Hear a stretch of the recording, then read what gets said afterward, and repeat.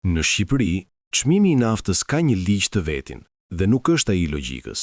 Në bursat ndërkombëtare, çmimi bie e vetëm bie, por këtu, në tokën e naftës sonë të shtrenjtë, bie vetëm një gjë, durimi i shoferëve.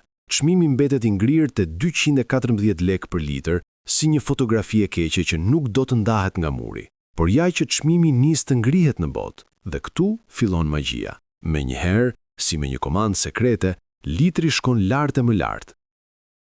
Për 2 vite e mbajtëm bukur të qëndrueshëm te 175 lekë për litër, pa luhatje, si një orë zvicerane e imazhit të qëndrueshmërisë. Por kur ndodh një krizë, nuk ka asnjë mëshirë.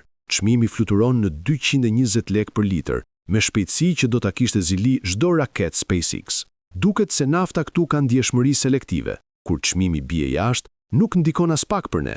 Kur çmimi ngrihet jashtë, ka urgjencë të madhe të na vërë në vështirësi. Është një mësim i qartë për shoferët. Durimi është virtyt, çmimet e larta janë art dhe krizat janë një mundësi për të kujtuar se logjika ndërkombëtare është thjesht një iluzion. Në fund të ditës, mbetet vetëm një pyetje: a jemi ne duke bler litra nafte, apo thjesht po paguajmë tarifën për të parë se sa shpejt mund të ngrihet çmimi kur dikush tjetër në botë vendos të tregojë forcën e tregut?